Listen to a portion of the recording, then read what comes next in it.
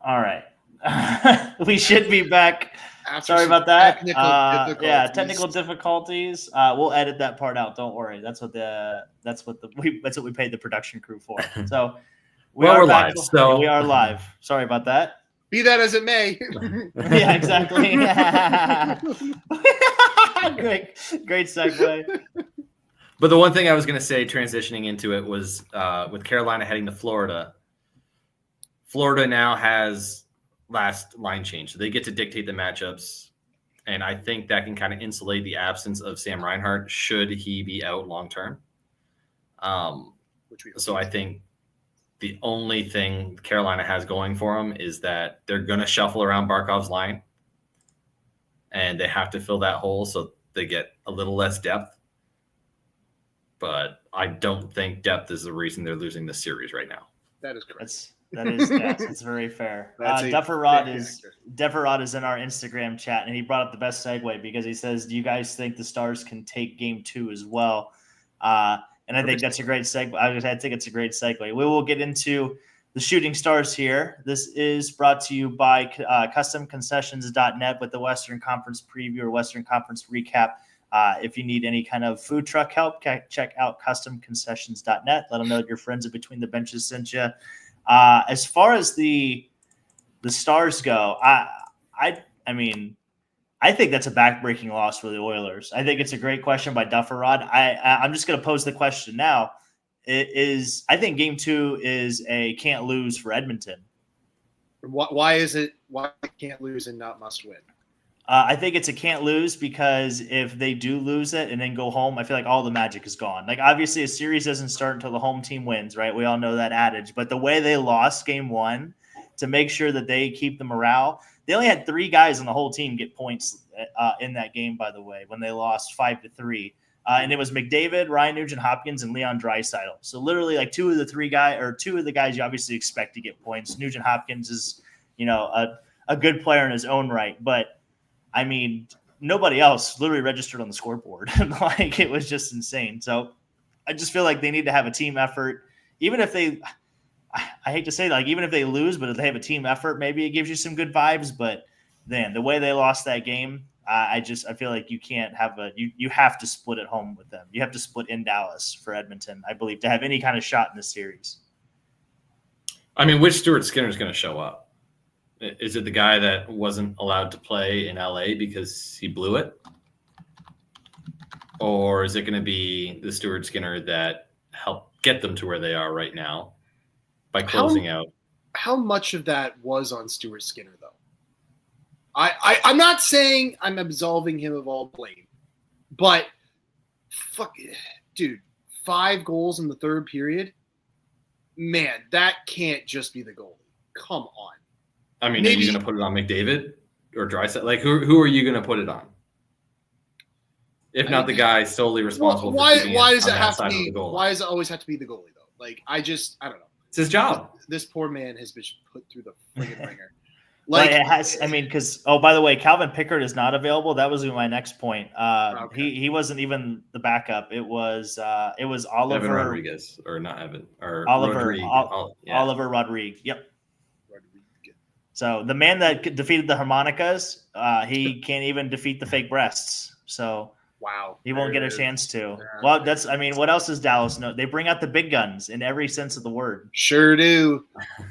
Sure do. So, like I said, they lost that game. Edmonton. I definitely think that Dallas 4 minutes later, gone.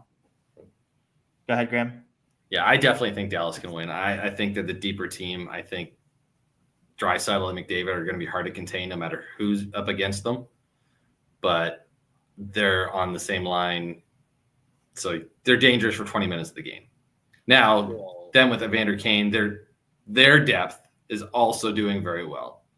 That's the first game that their depth hasn't really showed up, so I'm not worried about that. I think you'll see a similar performance without the defensive implosion of Game 1. I think that the series is far from over. Okay. I would not expect another implosion from Edmonton at all in this series. Like, that's just. I expect it to be as exciting. Well, for all intents and purposes, we did think it was going to be exciting, and boy, did that Game 1 deliver on that forefront. Yeah, absolutely delivered. Duffer Rod did mention the Oilers are an incredible hockey team. The Stars aren't the Kings or the Golden Knights, though, which is correct. They have been playing. I mean, like you said earlier, Brock. Maybe it's Grant, but they are literally the most complete team as far as depth, and probably the only team. They're definitely the only team that can match Florida. That's for sure. Other fun stat from this. Go ahead. No. Let's do some more stats. I have an X factor though for later. Gotcha. I was gonna say it obviously they had a 3-1 lead. Dallas erased that 4 minutes into the third period, and then literally less than 6 minutes into the third period, they had the lead and never relinquished it. Fun fact: the Stars became the first team in NHL history to earn multiple wins in regulation after being down by 2+ goals in the third period in the same single playoff year. So the cardiac comebacks, if you will. 10 different Stars did register a point in this game. They were led by Tyler Seguin, who had 3. Dallas, I think this was the big X factor as well. They were 3 of 4 on the power play last night. Edmonton was 1 of 3 in game 1. And as far as X factor moving forward for both teams, Brock, what do you got? So let me set this up real quick. It's pretty quick and dirty, pretty simple to understand. We agree that their forwards, we maybe give a slight edge to Dallas, but both are very deep at forward. D-cores, I would argue they're essentially the same. Maybe you give an edge to one team or the other based on how you feel about Heiskanen versus Bouchard. At least that's my interpretation. Wait, that's a competition? Do you think that's even a discussion? I think so. Really? I know. I think that's Miro Heiskanen, no questions asked. No way. I mean, from a complete standpoint, yeah, that's not even a question. Maybe offensively, you could maybe have an argument. We could argue about it. But that's why I think from a total player standpoint, there's no Evan Bouchard is like an absolute weapon, like offensively. Off the puck, yeah, lots to be desired there. But I digress. A little bit of a liability. I digress. So again, I think very similar on defense. Then you get to the goaltending. And that's where I think this series wildly diverges in comparison. Ottinger has been – you can make an argument he's been just as good as Rand. Ottinger's been great in this postseason so far. I don't think he's getting enough praise. So if you want an X factor, like the goaltending is where I have a hard time picking Edmonton. Because while I don't think they're going to implode with 5 in the third again in this series, a softie here, a softie there, it's entirely possible. It's almost likely. I mean, Dallas has 5 more power play goals than the next leading playoff team. Jesus. And I was looking up Conn Smythe picks. Go ahead. The Oilers are 15th in the postseason for penalty kill. Ooh, that's pretty good. I think this really comes down to special teams. The Stars, I mean, we talked about Florida and Carolina with the PK. Stars are 3rd. Yeah. Now, we know that Edmonton's power play is going to be tough to contain, but right now Dallas's power play is outdoing it. So they're beating in every asset of the special teams. Right. And early in the series, that definitely plays more of a factor because we know what happens as, the series progresses. The whistles get quieter. In fact, in most cases, they just disappear. And special teams start to play less of a factor. So, yeah, early on, edge to Dallas. That's a very good point. I like that. I like where your head's at there, G baby. No, for sure. And the other thing right now with the Conn Smythe, Mikko Rantanen is still the favorite at plus 350. Sergei Bobrovsky has entered the chat. He's at plus 370. He's got the second shortest odds, followed by Connor McDavid at plus 500. And then Jake Ottinger is 4th at plus 900. And then rounding out the top 5, Alexander or Sasha Barkov at plus 1,000. Sasha. Yeah. Leon Draisaitl plus 1,400 may not be a bad value pick right now either, if you really wanted to go some value. But yeah, as far as moving into game 2, Graham, do you see as far as like an X factor, or is it literally just like Edmonton just needs the depth to show up and, this could actually be a series? Because that's the way I saw game 1. If, the depth shows up. I think if Edmonton just erases that 5-minute deficit. That 5-minute start to the period. Yeah. They have a 1-0 lead. Do you think it's in the room? No. No. That's fair. Fair. I do hope that we get a documentary with another moment of McDavid just losing his mind, though. Right. Yeah. That would be great. That was so good.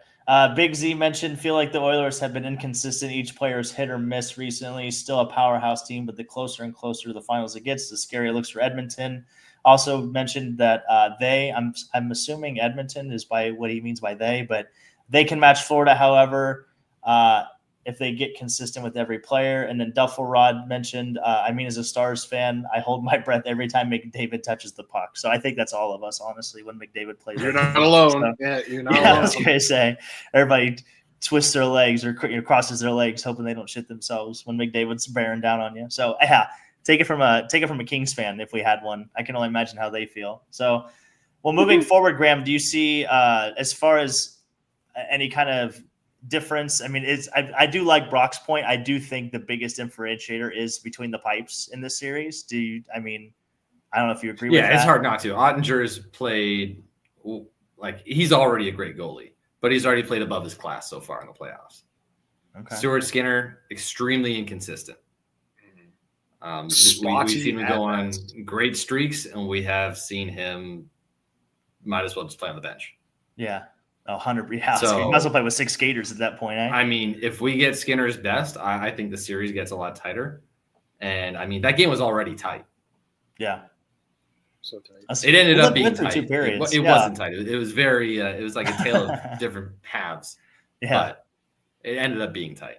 100%. 100%. Well, we'll definitely see. Hopefully that we'll have game 2 for that tomorrow night, which is Friday night. Hopefully we'll I'm telling you, it's must win for Edmonton. No, sorry, it's a can't lose. It's a can't lose for Edmonton. So we'll see what happens. Moving forward. Momentum is a real thing, Brock. I'm telling you right now. So I'm gonna show you some momentum. We will nice. We will shift into our last parts of our segments here. We have to get negative, unfortunately, on this podcast. It's a weekly routine we do. In the Bin is sponsored by Warlord Beard Oil. Make sure to check out warlordbeardoil.com. Use the promo code Old Sports for 15% off beard oils, washes, soaps, baby oil, and more. Mm-hmm. Orders up to over $75. You do get free shipping, and Brock can attest that they have expedited shipping just in case you want to get your oils and soaps even faster. So with that being said, thank you to our great partners over at Warlord Beard Oil. Brock, who did you want to put in the bin this week? Did we decide which one you want me to take, or do you care? No, that's why I let you go first. You could take the one you want.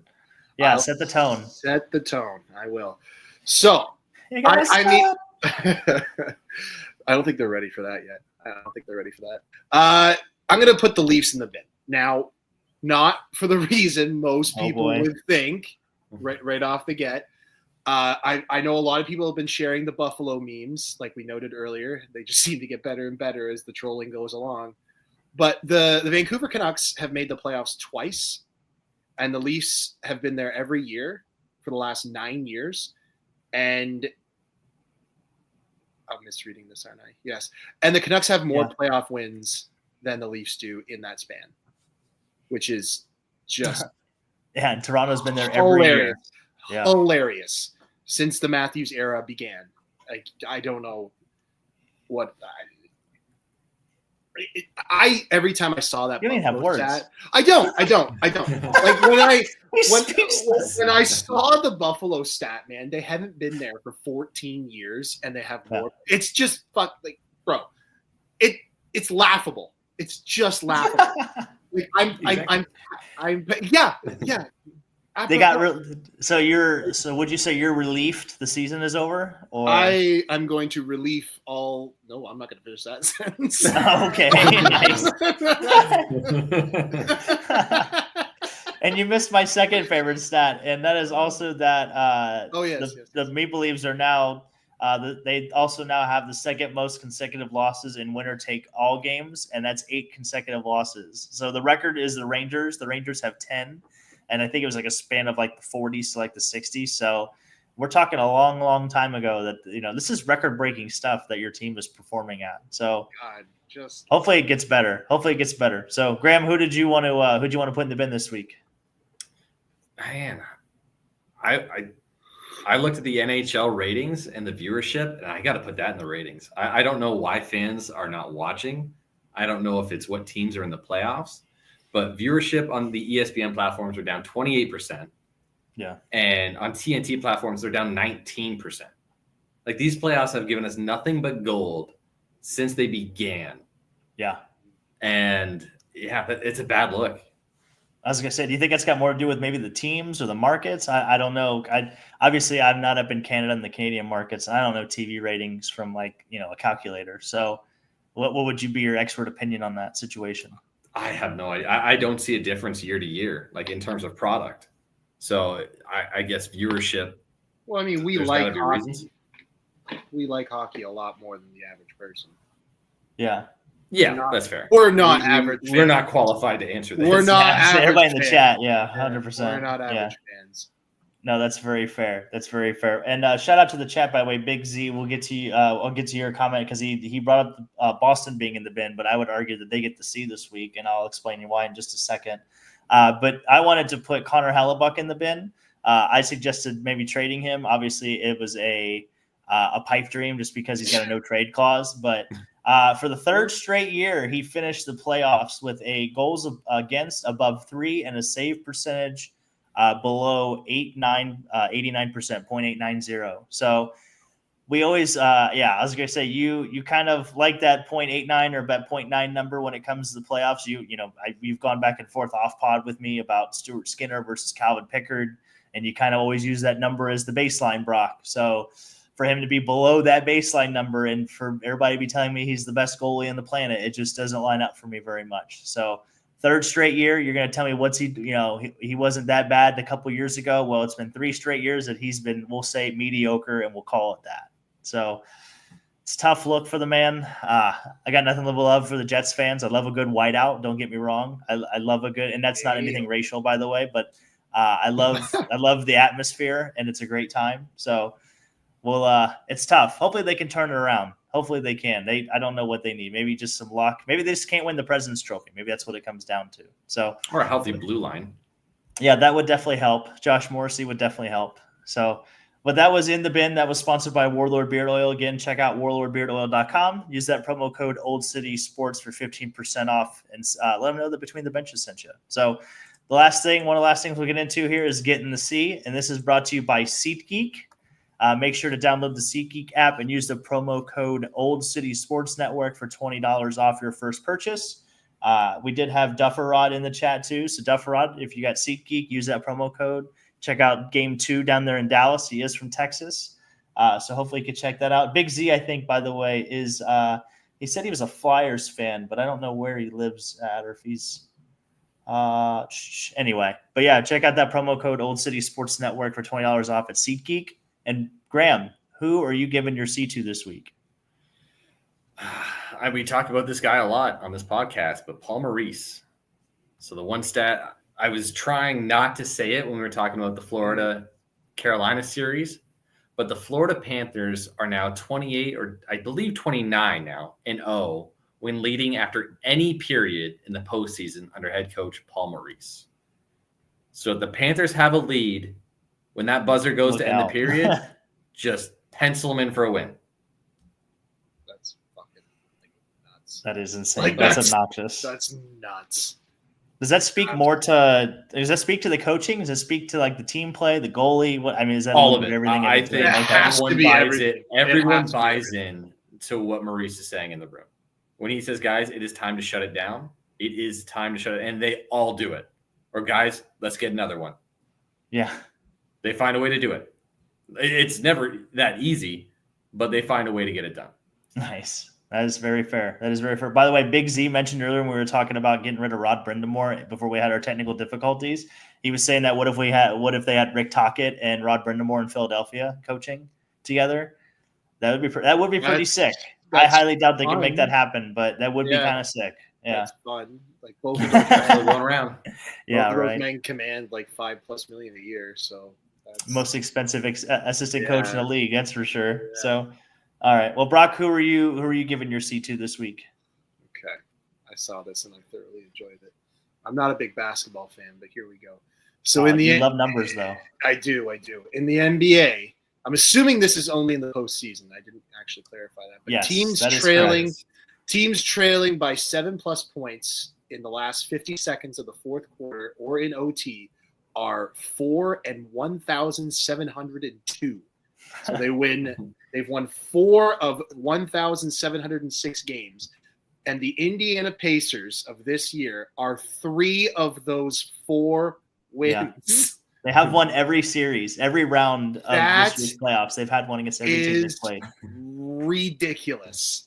Yeah. I don't need to be I do not need to be a basketball fan to understand the absolute insanity that is that stat. That is just ridiculous. Absolutely insane. Good on right there in the heartbeat of America, baby. Getting the C. Absolutely. Look at you diversifying this podcast. I would have never thought that a basketball stat would come over there from that guy on the far right-hand side. That's for sure. And I wish I wouldn't have screwed up in hitting the technical difficulties because I don't have that guy's name anymore that you looked alike. So I already have it. I looked it up. Nice. Yeah, I have it on my. Yeah, I got it. As soon as you're done your C, I'm putting it on the screen. Okay, I was gonna say, does it actually work? Do you guys look alike? I don't see it, but I don't see it. Maybe cheekbones. The cheekbones. Yeah. He's got a big head. Like I got a big head now. Pacers and Stars breaking the odds. That is very true, Duffer Rod. That is very true. So, I wanted to give my C. I'm surprised you guys didn't do this, but I'll hand out a couple C's just because I'm feeling generous. Dalton is always the giver of most. Oh yeah, always giving him the C. That's for sure. So Logan Stankoven is getting the first C. So the first C is going to Logan Stankoven. He joins Vial Lino as the only 2 players in NHL history to skate in both the Eastern Conference and Western Conference Finals as a rookie. Go ahead and correct me on that pronunciation. Ville Lino. Ville Lino. Okay. So yeah, shout out to Logan Stankoven. He's playing in the Eastern Conference Finals this year with Carolina, and then last year was playing with Dallas in the Western Conference Finals. So pretty cool parallel there. The second C was I had Brad Marchand because he was the first player in NHL history to win 5 winner-take-all games against the same franchise. So sorry about your luck there. You could also throw the Boston Bruins. You can also give the Bruins the C too, just because they do get that extra first-round pick for that Marchand trade now that they've made it to the second round and he's played more than 50% of their games. So that was kind of the speculation. Was if the Panthers lost Game 7, they wouldn't have had to give up that second to go to a first. It just would have been a second. So shout out to the Bruins. They get a little silver lining. And then I don't know if you guys saw this. I'm sure Brock did, but William Nylander is joining Team Sweden in the quarterfinals tomorrow against the Czech Republic in the World Hockey Championship. So he is getting the C. He goes from losing Game 7 in a heartbreak fashion, by the way, and he's going to go support his fellow countrymen. I debated on this too because I was like, oh man, this guy loves hockey. He loves puck. He wants to go out there and play. But then I was like, man, he's taking somebody else's spot that literally has been playing probably the whole tournament, and now they have to sit whatever. And that person probably wouldn't make the team normally just because the playoffs are going on. And I didn't know whether to give him the C or like man, this guy's kind of a dick. I didn't know which way to lean. How do you feel about that? I hadn't thought about it like that. I think that's an interesting way to think about it. It just shows how empathetic you are, Dalton. You just care. always thinking about the other guy, you know? Like, nice. Yeah. I was curious. Like, it would just suck. Like, if I was that 12th guy and, like, all of a sudden the coach brought me in and was like, hey, by the way, you're not going to skate in the playoff game because, William Nylander decided to fly across the pond and come join us. I know that you helped us get us here beforehand, but now he's in and he's a lot better than you. And I'd be like, well, what the hell? Like, you know what I mean? So, I would get it. But at the same point in time, I'm like, that guy just played a whole season, you know? I mean, he gets the medal. So if Nylander carries Sweden to the gold, whoever gets taken out, he still gets it around his neck. So okay. That's fair. And That's to fair. close us out, Brock will now finish the statement he was going to say before. You got to go the other way. There you go. That is not. I don't see it. Let's give it to the worst internet guy. I was gonna say if you could tell me the name, I could look it up and maybe put it on Todd the screen. Fedoruk. Todd Fedoruk. I don't see it. Okay. Maybe the hair. Here we go. I'll bring it up on the screen here. I don't even see the hair. Like right here, Dalton. I mean, he's a good-looking dude, so I'll take the compliment. Yeah, here you go. Yeah. One of these. One of these things just doesn't belong here. Maybe like right here. This is great podcasting. You know, This is great podcasting. Thanks for shout out to everybody in the chat. But we wanted to look at Todd Federick and the Brock Finch lookalike. So, oh man. Anyway, well, we just keep posting people we look like. Yes, I was gonna say. Actually, yeah, that's always fun. Yeah, that's always fun. Graham has a literal lookalike who is also a bowler. It's hilarious. Like, Anthony Levery-Spar. You could be brothers. What? No, Brandon Runk. Oh, they could literally be brothers. Like, it's not even. It's hilarious. You could literally be brothers. Nice. Yeah, the best lefty on tour according to our TikTok page. Damn right. So, it's a good page. It is a good page. Well, we appreciate everybody joining us this evening. Make sure to check us out on our social medias, everything Instagram, TikTok, YouTube, Facebook, everything else in between. Feel free to reach out. We will we'll definitely get back to you with the social media team. We appreciate everybody joining us this evening. We will come back to you next week. Are we doing a Sunday show? Should we do a Sunday show?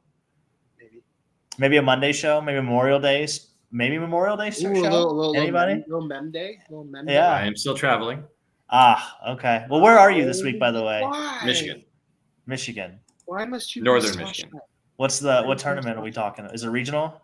Nope. 10 big amateur event. Nice. Well, Everybody's everybody's sitting there. Professionals. Yeah, I was going to say everybody's sending their best wishes to Graham because apparently he needs it because he's bowling against a bunch of me's. So that would be fun. Well, fair.